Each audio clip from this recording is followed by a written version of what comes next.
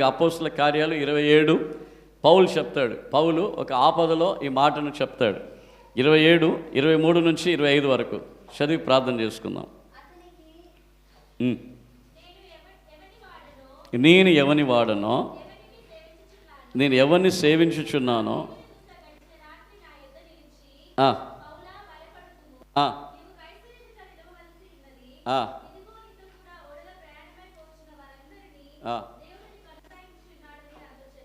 ఏంటి అంటే నేను, మళ్ళీ చదువు, నేను అందరూ ఇలా చేయబెట్టుకోండి.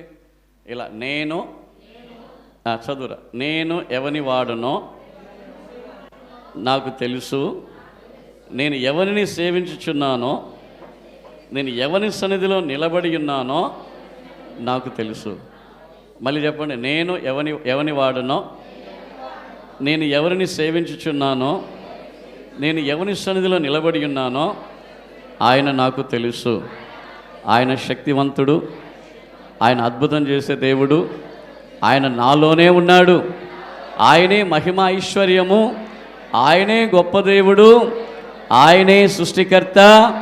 ఆయన నన్ను బ్రతికించగలడు, ఆయన నన్ను పోషించగలడు, ఆయన నన్ను విడుదల చేయగలడు, ఆయన నాకు అద్భుతం చేయగలడు, ఆయన గొప్ప కార్యములు నాలో ఉండి చేయగలడు. హల్లెలూయా. కొంతమంది ఆ పడవలో వెళ్తున్నారు. కొంతమంది ఖైదీలు పడవలో వెళ్తూ ఉంటే ఏమైందంట, ఆ పడవ పగిలిపోయే పరిస్థితి వచ్చింది. హల్లెలూయా.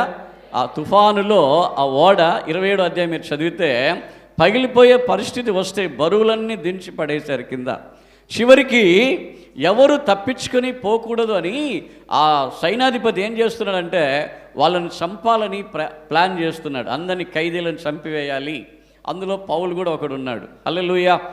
పౌలునేమో తప్పించాలని, మిగిలిన వాళ్ళని చంపేయాలని ఆలోచిస్తూ ఉంటే దేవునికి దూత వచ్చి కలలో కనపడ్డాడంట.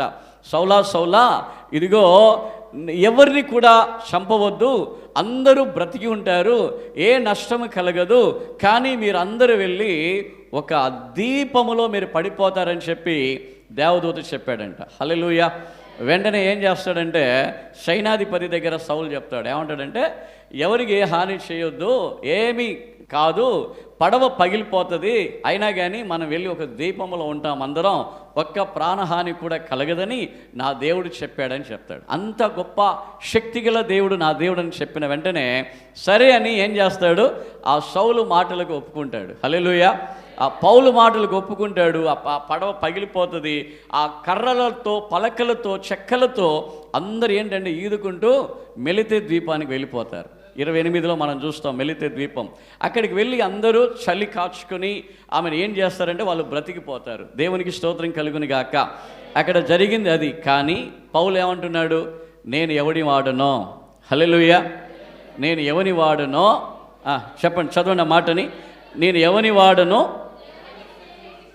నేను ఎవరిని సేవించుచున్నానో ఆ దేవుని దూత. అంటే మీరు గమనించాలి, నేను ఎవని వాడనో, నేను దేవుని వాడను. చెప్పండి, నేను దేవుని వాడను, నేను దేవుని సన్నిధిలో ఉన్నాను. ఆమె ఇందాక మనం విన్నాం, ముందు ఉన్నాడు, వెనక ఉన్నాడు, 121లో కుడివైపున ఉన్నాడు. మళ్ళీ చూస్తున్నాం తలపైన ఏంటి ఆయన సన్నిధి ఉంది, మనం ఆయన సన్నిధిలో ఉన్నాం. సౌలు చెప్తున్నాడు, నేను ఎవని వాడనో, ఎవని సన్నిధిలో ఉన్నానో ఆ దేవుని యొక్క దూత. హల్లెలూయా. నన్ను నాతో ఉన్న వారిని కాపాడుటకు సమర్థుడు. దేవునికి స్తోత్రం కలుగును గాక. హల్లెలూయా. ఇంకొక మాట ఏంటంటే మనల్ని ఎవరికి కంపేర్ చేయకూడదు.